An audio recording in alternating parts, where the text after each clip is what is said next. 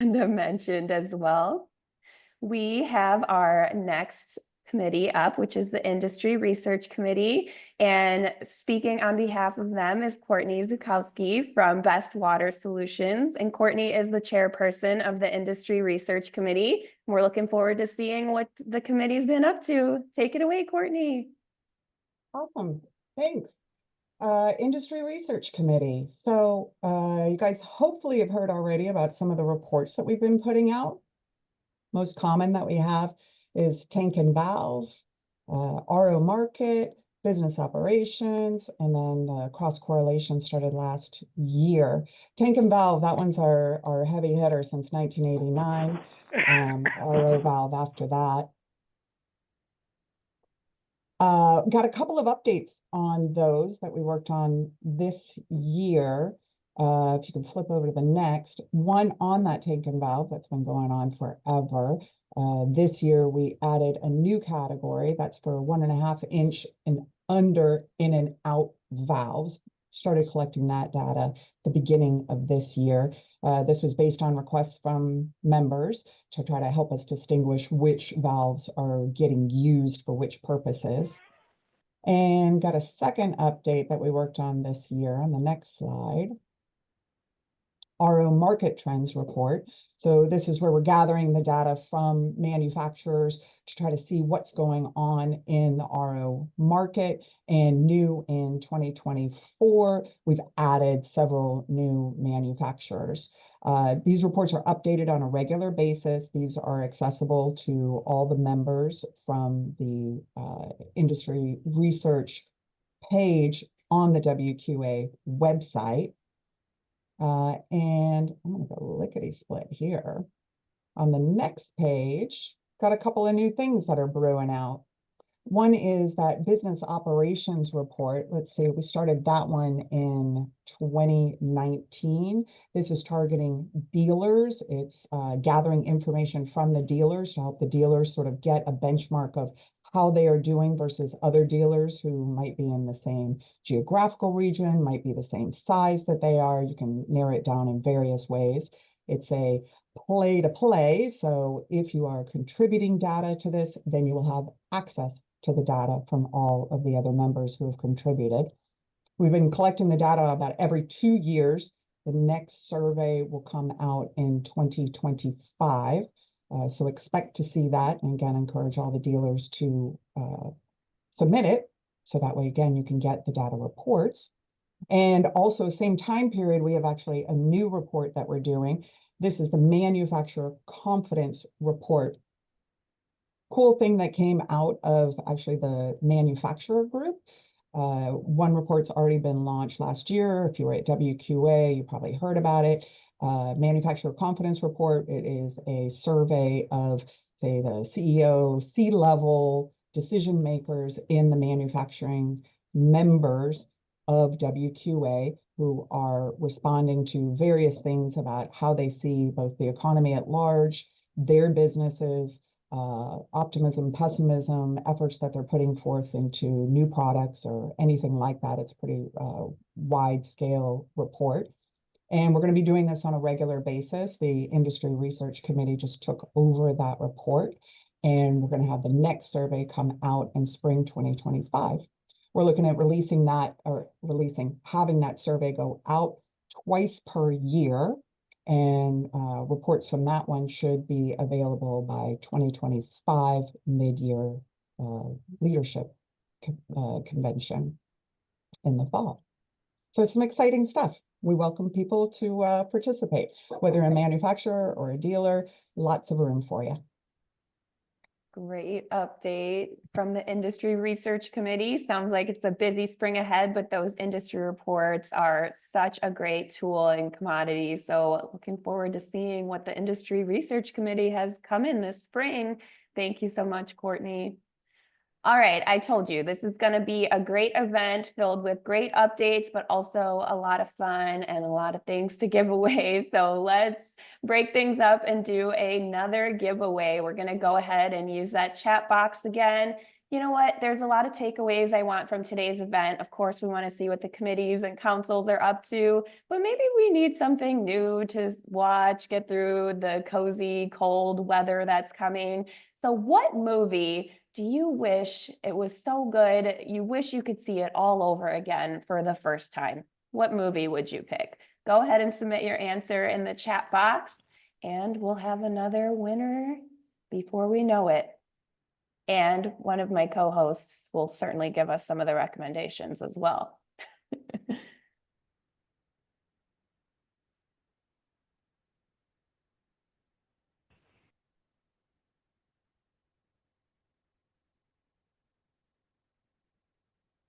The chat is lighting up. I'm excited.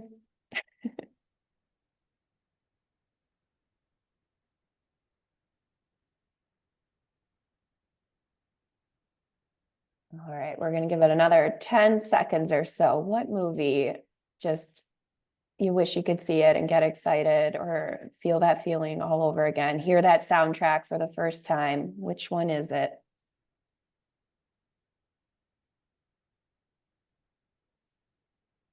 All right, we're going to wrap things up. So for this one, my co-hosts are going to go ahead and share with us our fourth submission is going to be our winner. Who is our fourth submission and what is that movie?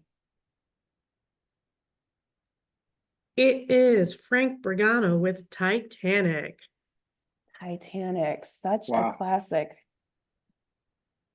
I love it. Karen, Thank got you. a couple of others you want to just throw out at us so we could jot it down? Yeah, sure. We got Godfather, Star Wars, Home Alone, I assume the original, Secondhand Lions, Rocky, Tommy Boy, another one for Star Wars, E.T., The Birdcage, National Lampoon Vacation, Top Gun, Goonies, another Godfather, Jurassic Park, Top Gun, Maverick, Bill and Ted's Excellent Adventure, Pulp Fiction, Star is Born, and Sound of Music. So many good ones. And congratulations, Frank, which is so timely because Oh, Frank is going to go ahead and take us through the Water Sciences Think Tank Advisory Council. All right, feeling like a winner in more ways than I one. almost feel like this was a setup. Well, thank you. You can go to the next slide, please. So the Water Sciences Think Tank, as most of you know, is new to the WQA, and it is designed to be reactive to the WQA's needs. The primary goal for 2024 was to test the project prioritization process the WQA has established for the think tank. We followed that process without difficulties and were able to efficiently prioritize 3 initial projects for the think tank and later work in 2 additional time-sensitive projects. Next slide, please.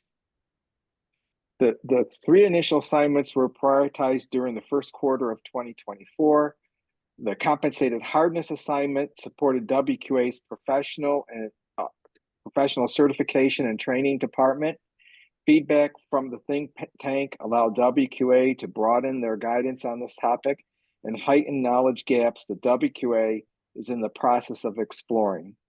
The PFAS visuals assignment supported the WQA's communications department and helped WQA develop science-based graphics that the association has been using for various purposes. The point of use, point of entry for small system assignments supported WQA's Government Affairs Department and helped them finalize educational materials for regulatory officials. The first time-sensitive external assignment supported a collaborative project involving WQA and the National Resource Defense Council. Input from the think tank helped the National Resource Defense Council successfully launch an NSF task group, which is working on information annex for Standard 53. The goal of this annex is to help manufacturers design effective remote monitoring strategies for small public water systems that wish to utilize point-of-use systems for lead and other health-related contaminants. And finally, a second time-sensitive initiative project was done to support an initiative by WQA's executive team. The think tank helped identify general technology and service sectors for innovation could serve to advance the point of use and point of entry treatment industry. Next slide, please. So in summary, though the think tank is new, we've had a very, very successful year supporting and collaborating with projects for the WQA. And we look forward to helping establish the WQA and WQA members as thought leaders in the drinking water space. Thank you. Thank you so much, Frank, our You're chairperson welcome. of the Water Sciences Think Tank. Such a great update from a greener council. Wonderful. Thank you. All right, we are going to head into the Government Affairs Committee. All committees and advisory councils have a WQA staff liaison to support them through these amazing goals and accomplishments. And for Government Affairs, we're going to have our staff liaison, WQA's Government Affairs Director, Jeremy Pollock, present. Welcome, Great, Jeremy. thank you for introducing me. Just want to say it's pretty refreshing, right, that we had a national election yesterday, but we're going to jump into the excitement of the Government Affairs Committee instead of talking about that, although we'll certainly share some information down the line here on how that turned out and how that impacts the industry. But talking about the committee and its importance, we really are focusing on educating, engaging, and advocating. So when we talk about educate, that's making sure that policymakers, including several new ones, right, who were elected last night and may be confirmed in today as results come in, making sure they have the right information as they work on different policy issues. And so that starts off with us tracking at the federal, state, and local level issues that might impact the industry and keeping WQA members informed, and then also vice versa. So including developing those policy priorities. What should the industry be focusing on? And the members of this committee, right, who are leaders in the industry, going to help dictate that and share their insights there. With engagement, we want to make sure that the committee and its members are empowering WQA members, not just in that committee, but also mobilizing other members who are also part of other committees, right, to engage and educate policymakers on these key issues and make sure that they have informed decision making. And so as Frank politely pointed out, right, we work on educational materials with these other committees from time to time to make sure that we are impactful and effective. And then, of course, advocating. So this committee can be a resource to WQA members who may have an issue locally or at the state level or notice something at the federal level, where the association can then work to gather other members to help support either those are emerging threats or regulatory issues or causes. So a lot of great work that the Government Affairs Committee can do. And certainly in the context of yesterday's election, right? A lot of people think generally, how does that impact you? But certainly from a business standpoint and a water standpoint, right? These goals are going to be important in having that mission and continuing it forward for WQA and the industry. So as we look at this year and our accomplishments, when it came to education, a lot of this appeared as a way of providing guidance and technical assistance. So this include writing letters on pieces of legislation or responding to different regulations and submitting technical comments. Also just providing, some general information from a technical a technical standpoint to make sure that again, that these great intentions that we're seeing from a lot of policymakers who want to improve water quality are being done correctly. With number two, with engagement, making sure that we have resources for our members so that they can engage and making sure that they are well prepared. So the Government Affairs Committee sponsors a number of webinars on specific issue areas, also a number of trainings. And certainly as members have access to that bill tracking or our newsletter, certainly can then talk about how they want to engage either on their own or within the association. And then just outreach opportunities that the association specifically provides that can help advocate for specific issues. One of those is our congressional fly-in, which is also known as the Congressional Water Summit, which we do with the National Groundwater Association. This year, we had a record number 45 WQA attendees, close to 70 congressional meetings. And then certainly there's also a number of state legislative days that we've worked with WQA members who are on the committee to plan. Those typically, or in this past year, have been California, Illinois, Florida, I think even in Minnesota. So there's a number of those, and we hope to expand those. So that leads me to the looking ahead slide here. Again, sticking with that educate, engage, and advocate. Certainly want to continue to develop resources, working with other committees, working within our committee to identify where we actually need to prepare more materials to educate policymakers, or if there's one pagers that need to be crafted to educate WQA members on regulations that will be implemented in the future. A good example would be in this past year, we've done one pagers on the PFAS regulations that will go into effect 3 years and 5 years from now. So again, that communication and education going both ways. Engagement, expanding the congressional fly-in, really having the committee here be that resource and those champions to get more and more members involved, and also encouraging them to coordinate their own state legislative days. And then with advocate, really addressing different policy priorities and looking at other grassroots opportunities. And there's definitely different ways to advocate. And so certainly I think we'll see those more in the future outside of a Hill Day. Sometimes that's a town hall, or doing some type of other event that would bring attention to a public policy issue. So with that, I'll leave it for any questions.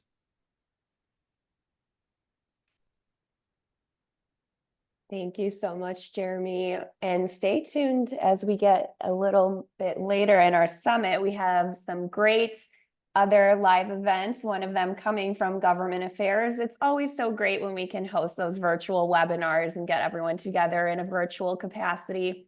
But it's also so great when our volunteer groups have the opportunity to meet together in person and chat live and in the flesh. Always a great time. And that leads me into another giveaway. I can't help it. It's so fun doing these giveaways. So speaking of live and in-person opportunities, the next time we'll be able to get our volunteer groups together is when we head to our convention and exposition in 2025. And this year it is taking place in April, kicks off on April 22nd. So using that chat box, who's got a birthday closest to our convention kickoff? That can be right before April 22nd, right after, or plot twist, actually April 22nd. Go ahead and submit your birthday if it's close in the chat box.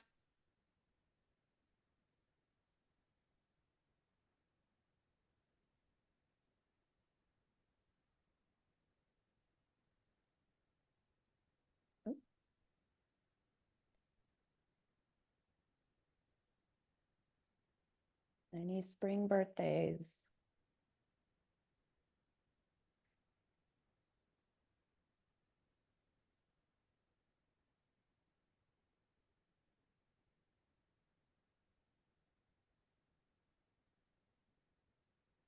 All right, Karen, we got anyone with April birthdays cutting it close?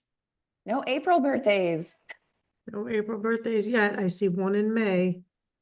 Okay. What's that one? What's the competition, Karen? Oh, one that was yesterday, November 5th, I see. Happy birthday, Jennifer Smith. Happy birthday, Jennifer. Could our May birthday be the winner? It might be. We have March 2nd, but May 13th is definitely closer. Anyone in April, anyone earlier than May 13th? May 13th, going once.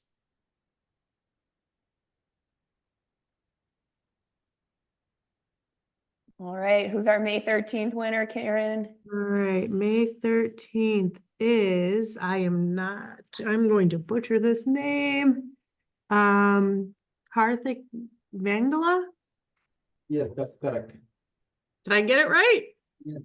Awesome. All right. You have the only birthday that's anywhere near convention, so congratulations. Look at that. Congratulations. We hope to see many of you at our convention this spring.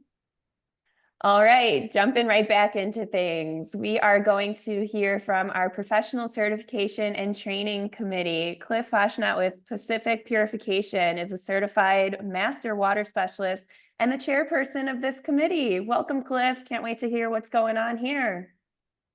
Thank you, Jillian, and thank you everybody for your attention today and for being on the summit. It's a great time to be had by everybody. I've been enjoying all of the presentations, and as I've listened to some of these presentations, I couldn't help but notice that there's a revolving legacy, if you will, to education, which is what we're all about. The Professional Education Certification Committee, affectionately, we like to call ourselves the hub of the organization, which most things revolve around us. So with that, this year's been an active year. We've had a lot of fun. We've had quite a few meetings. We have meetings almost once a month.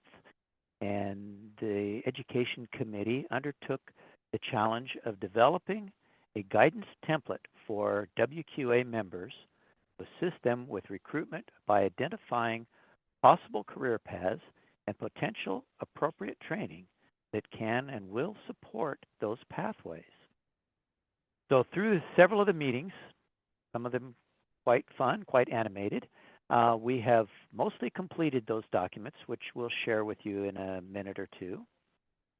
So while we were doing that, additionally, we discussed on how we could obtain some metrics that will help determine the ROI of the WQA's training and professional education programs for a dealership. So we wanted to learn how and come up with a way that we can put our finger on the value that these educational programs are actually getting to our members. We know I can't even say the word. Anyway, we know that companies benefit from having trained and certified personnel.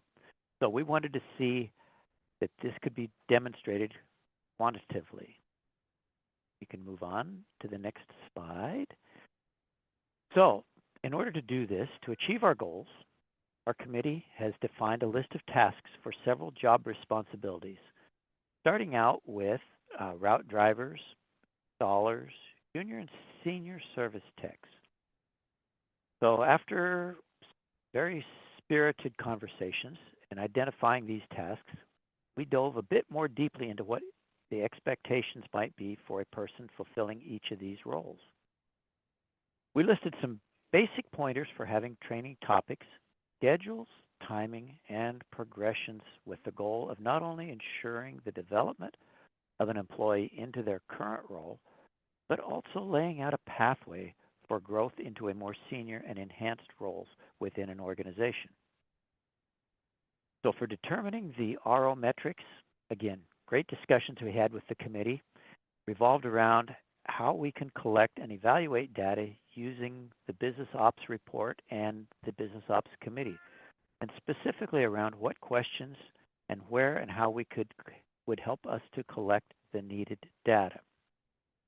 So on the next slide, we kind of have a snapshot of some of the templates that we have put together, illustrating from an entry-level service tech, some of the responsibilities, the minimum requirements, the perks of the job, initial training recommendations, and evaluating readiness for independent work, and maybe some of the criteria that a entry-level service tech might be looked at.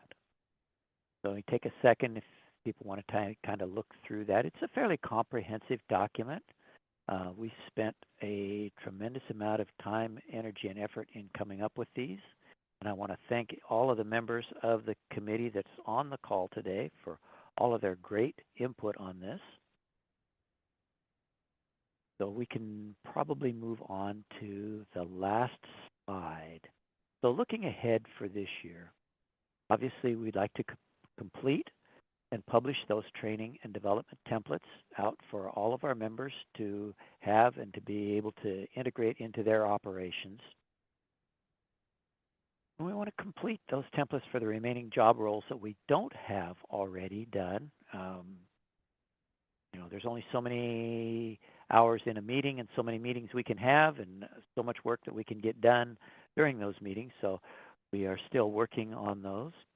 And then lastly, we want to develop the concept for an online discussion forum. This is kind of an interesting concept that we've kind of kicked around a little bit, akin to maybe something similar to a discussion forum, a town hall meeting, or some other format by which certified personnel can come together, discuss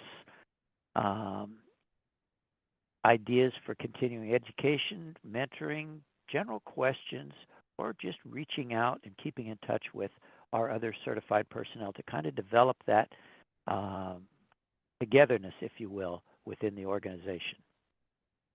With that, if anybody has any questions, I'll be more than happy to answer them.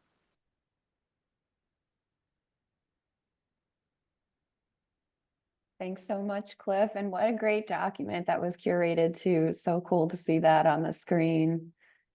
All right. We are moving on to our events committee, and joining us for the events committee is John Griesbach with Diamond H2O. John is a certified master water specialist. And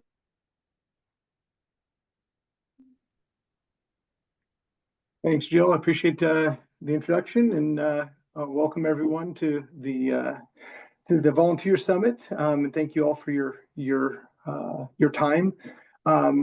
As it comes to the events committee, I joined the team on the events committee this last summer, so relatively still new to the events committee. However, the goals of the events committee are number one, to host successful conventions, mid-year leadership conference, and really execute on the overall strategy that is laid out for the events. With that, we really want to work with the committee to be more strategic in our thinking. That's been one of our big goals just since I've been there. Angie's done a great job of really driving the higher thinking of the committee to be more strategic, not to worry about the minutia of these events, but really look strategically at upcoming events, whether it's the convention or mid-year. Also, another goal just is really to define the strategy of these conventions, of mid-year, including just making sure that we are clear on all the objectives. What are we trying to achieve with any particular event? In doing so, also looking at what is our target audience and what is the value for that audience. That's not always been well defined, and that's something that we're really making a priority of ours. And I think maybe a lot of you that have been involved with, say, mid-year, you recognize the fact that a lot of data is being collected regarding what are you looking for? What are you trying to see? And utilizing that data to make sure that we put on the best events possible. Now, the accomplishments for this last year, obviously, if you've been to a convention or to mid-year, you feel that there's a great undertone of joy and happiness and excitement, and trying to really present a great convention. I think a lot of people are getting a lot out of it. In our exit surveys or post-event surveys, you see here it's 84% are satisfied or very satisfied with convention, 89% satisfied or very satisfied with mid-year. Obviously, our goal is to get that number even to be higher, but those numbers are pretty good as I guess an exit poll for what we're accomplishing. One of the big accomplishments this year was ultimately recruiting new committee members, including myself, really to fill out and balance our committee. That's really between the dealers and the manufacturer side, trying to make sure that there's equal representation amongst both. And that will ultimately help us align our long-term strategic goals to not be weighted one way or the other. And then looking ahead for this committee is really to define the strategy for convention, making sure that there are very clear objectives, and allowing us to have a target audience and a value proposition for them. In recent years, there's been comments and feedback that's allowed us to really hone in on the fact that people want clear objectives for these events, and really targeting these clear objectives and giving people what they're looking for whether it's convention or mid-year. Also, just to really prioritize a deeper understanding of our membership. Our membership, not only the active members, but inactive members and people that are even prospects for membership, understanding what really what they see as being a successful event, and really seeing what their needs are going to be, so that way we can attract not only more attendees, but also more exhibitors for these events. Are there any questions for me? Thank you. Amazing, John. So great to have you as the chair of the events committee. Sounds like you all have a lot of great things teed up, so can't wait to see it unfold. All right, we are going to head into the communications committee, and I am excited to welcome Scott Scheiser with Culligan Ultra Pure. Scott's a certified master water specialist, installer, water treatment representative, and cooler technician. He's the chairperson of the communications committee. Hey, Scott, welcome. All right, and I am not Scott, but I will Hi, be Jonathan, stepping in. surprise! Yeah, surprise guest here. Sorry, Scott has been off and on. He's been having some internet issues. So I will go ahead and jump in on his behalf. Thanks so much, Jonathan. So the primary goal of the WQA Communications Committee has been to support WQA Marketing and Communications team in close alignment with the strategic plan goals. The committee has not been very active in the first part of the year. We have had an introductory meeting, but being that we wanted to be in close alignment with the strategic plan, a lot of the current committee charges flow around public awareness and public outreach, which we knew early on from the strategic planning process that goal 3 would be kind of tweaked, and it has been. And so now the tweak has been, instead of the previous strategic goal of creating awareness of our industry, it's become more focused. And so goal 3 now drives around creating awareness of WQA with the public. And so just meeting with Scott and Sue Gleason, who is our vice chair, and talking through some of the ways the committee can help with that. If you want to go to the next slide. Oh, yeah, and we did co-sponsor with the Industry Research Committee a session at MYLC that was aimed at helping to refine the consumer opinion study. But as we look forward to our work over the next 6 months, we have some really good opportunity here to help drive our progress towards the strategic plan goals. One of those ways is by having the committee identify and define keyword targets. And that is so that the WQA team can set an SEO strategy and how we approach and drive and, really define what traffic we're trying to drive to the WQA website in a way that doesn't compete or detract from our member companies. The second item is identifying and defining target pages to increase the number of backlinks to WQA.org. So again, another measure of how successful we are in creating awareness of WQA is understanding how many other websites and resources are linking to our pages, to our resources, to our materials. So the committee will be instrumental in helping us define those target pages so that we can be more intentional in our approach.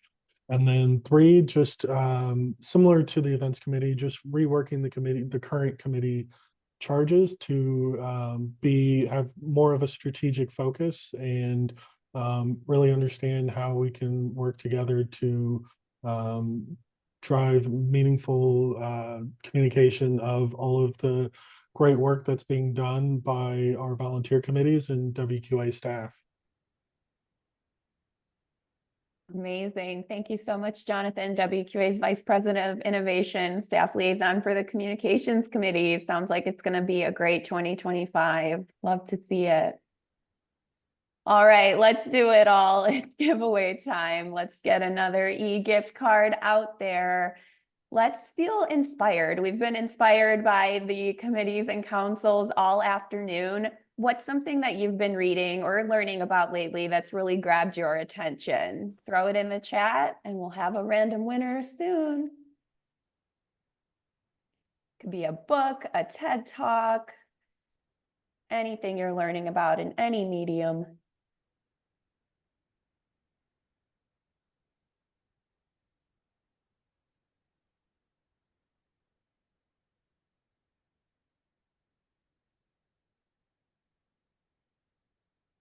The other day, I stumbled upon a TED Talk and it was given by a 7-year-old girl. And that in itself grabbed my attention. She was such a great speaker.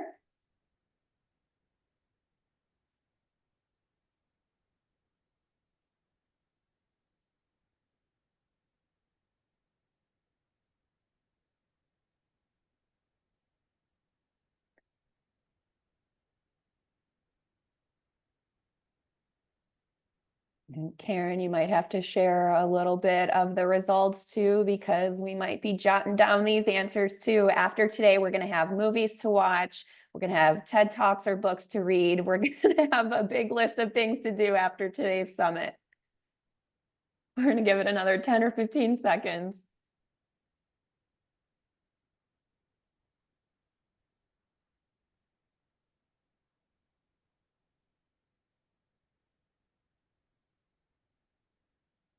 I should have like the Jeopardy music going. Lesson learned.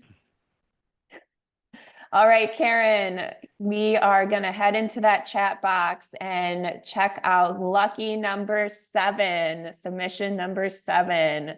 What are you learning about? And who is our winner?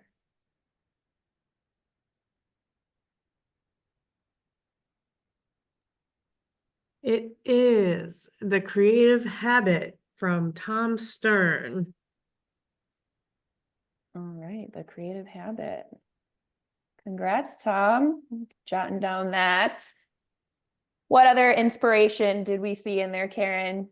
Well, let's see. We got a Legionella webinar Oh, from Mark Brotman. The White House. Now, I'm not sure if that's a book or just something that Cliff's been learning about. Unreasonable Hospitality, Drawing and Painting from Rick Andrew. oh, okay. Taxes, The Tax and Legal Playbook by Mark Kohler. Jay Shetty Podcasts, Timeline of Women's Rights. Not sure if that one is a book either. What AI Can Do. Star Talk by Neil deGrasse Tyson, E=MC². The book Cain and Abel by Jeffrey Archer, and The History of ... So Cliff's leaving us hanging there. Or maybe that's in addition to his The History of the White House. I put that one together. All right, a lot of good topics there. I love it. So much to be inspired by. Congrats to our winner, Tom. And speaking of inspiration, every year the Water Quality Association recognizes individuals and companies who have shown exceptional work in the industry. So we do have Leadership Award nomination and Excellent Award applications now open. So you can go to our website there and submit your nomination or application today. All right, next up, we are going to head into the lead advisory councils, and joining us to represent the 3 councils, we have Randy Kripe with Hawkins Water, who is a voting member on one of the councils, RISE. Randy, welcome. Thanks for joining us. Hey, everybody. Thanks for hanging in there with us. So talking about the lead advisory councils, it's consisting of Rise, Thrive, and Win is what we call the trifecta of councils. Rise is going to be your young professionals. Thrive is the diverse talent in the industry, and Win would be women in the industry. So basically our goals, lead is leadership, engagement, and development. And it's our goal to help young professionals in the industry access the resources, information that they need, help them create connections, network with others in the industry that might be down the same path that they're going down. Going to provide recognition, resources, and mentoring opportunities for women in the industry. There's a lot of women in the industry that don't know where to head. We like to lead the way and direct them to the right connections for that. And then obviously it's just help members grow their network, perspective, and impact. They're basically we're the hype team for WQA. Everything you guys are doing out there, we want to lead them to you. All the other councils that spoke today, that's our goal, is to connect young professionals and women and others in the industry to down the right path. Some of the accomplishments that we've had so far is the lead logo was officially approved for trademark. So that's kind of a big deal. It's exciting for everyone involved. If you went to midyear this past midyear, the delightful debate session that we had, you could feel the energy in the room shift once that started. It was an awesome debate session about leadership. It got the whole room buzzed with excitement, and it was a fun time.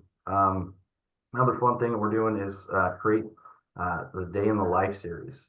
In that QR code that you see, you can submit a Day in the Life series with you. It's just short videos of what a day in the life of whatever you are, a dealer, a manufacturer, the women in the industry, just a short little video of 1 minute or less. Just, hey, what's it like doing what you do in the industry? And as far as looking ahead, we want to continue that Day in the Life series with some WQA convention specific content so that we can help create the buzz for that and bring more young professionals and women in the industry and just create the excitement for everyone coming to convention. We'd also are working on curating convention tracks to help first-time attendees to have a better experience when they show up. A lot of times we show up and I'm fairly new to the industry. It's been a little under 4 years now, but I remember my first time walking in is, oh boy, what class do I jump in today? And a lot of them were way over my head. So that's kind of helping them choose what paths they want to go down when they visit the convention.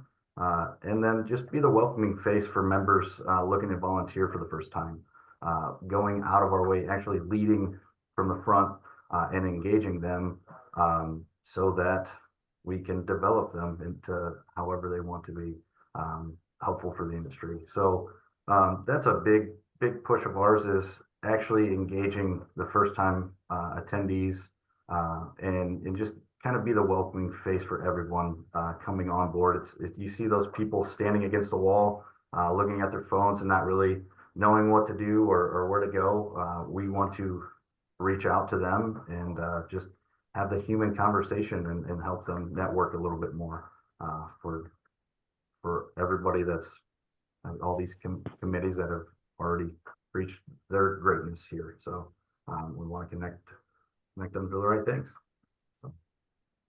Thanks so much, Randy. So awkward that the lead logo got submitted for and approved for trademark, but sounds like we should be referred to as the trifecta. That's okay. Maybe for another year. We love the lead logo. Thanks so much, Randy.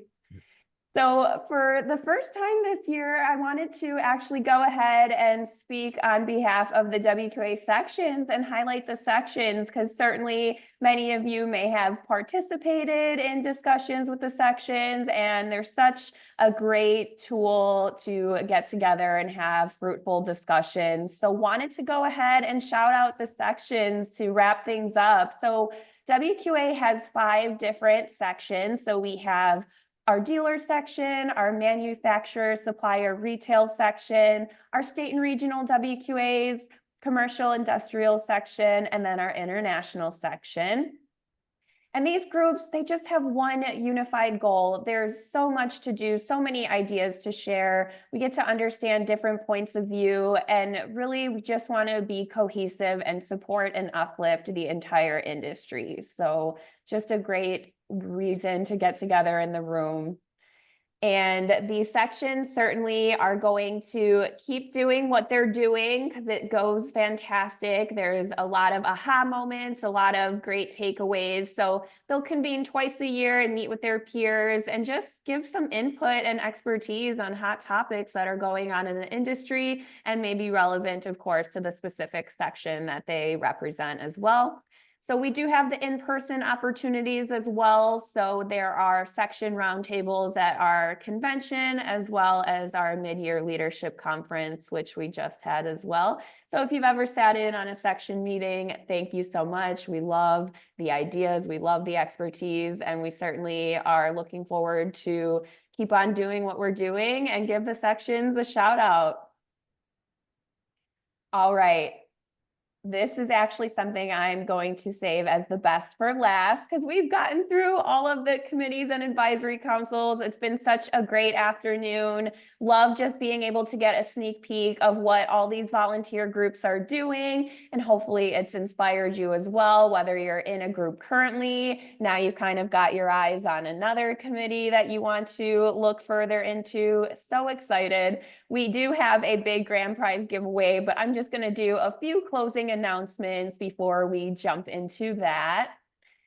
So I'm sure you may have felt called by some of these awesome goals, accomplishments, and forward thinking by all of our committees and advisory councils. The call for volunteers is open now through February, so you can certainly go on our website, read more about all of the committees and advisory councils that we went through today. One of the great things about today's meeting is we did record it for folks. And so if you visit either any committee or advisory council's unique volunteer page on the WQA website, we actually do extract each one's snippet about their goals, accomplishments, and looking ahead, so that those who might be looking to join or stay with the committees or councils can get a little taste of what they're working on and planning to do in the future. As I mentioned at the beginning, we also have some other great Member Appreciation Month events teed up for Wednesdays in November. So our next one is going to be on November 13th. It's our member meetup, and it's a little bit later in the day, 4:30 p.m. Central Time. This is just a super fun, lax time to socialize, celebrate, do some virtual networking. We can really take it however you want to take it. Are we exchanging recipes? Are we making cocktails or mocktails? Are we telling great stories? It can be whatever you want it to be. Just a great celebratory event to kind of close and hone in at the end of your workday. So it's gonna be a super fun event. So online social hour, let's do it. You can go ahead and click that QR code and register for that event coming soon, just next week.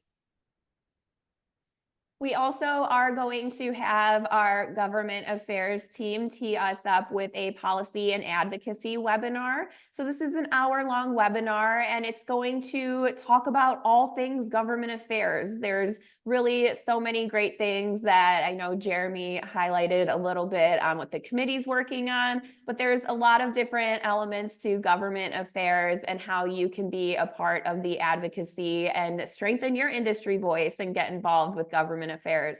So that webinar is coming in 2 weeks on Wednesday at 1:30 p.m. Central Standard Time. And you can go ahead and click that QR code as well to register for that event. Should be another great hour. And if you do want to just pocket this for later, you can go ahead to our website, WQA.org, and check out our events page and see all the other things we have lined up. So I just want to thank everyone for joining us. This is our third volunteer summit, and it's such a great tradition. I love seeing what all our volunteers are doing. It's really such a great kickoff to Member Appreciation Month. So thank you all for joining us. We have our convention coming up in April in Long Beach, California. We are going to innovate. I know the volunteer groups are going to be doing a whole lot of innovating at convention. So certainly look forward to seeing you all in California. But don't leave just yet, because we are heading back to our grand prize giveaway. I'm actually going to unshare my screen, and my colleague Nicole has been jotting down everyone's names here. We're going to go ahead and do a little Wheel of Fortune here. And we have, just call me Ryan Seacrest. Sorry, Pat, you're not on the show anymore. We're going to spin that Wheel of Fortune and see who's our grand prize winner for a $50 e-gift card. So I am going to go ahead and hand the reins over to Nicole. Let's see who our grand prize winner is.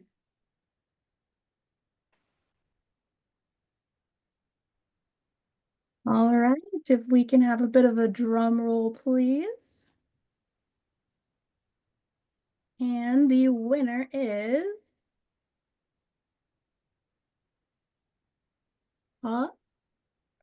Amanda Kringle. Congratulations. Congrats, Amanda. Thank you.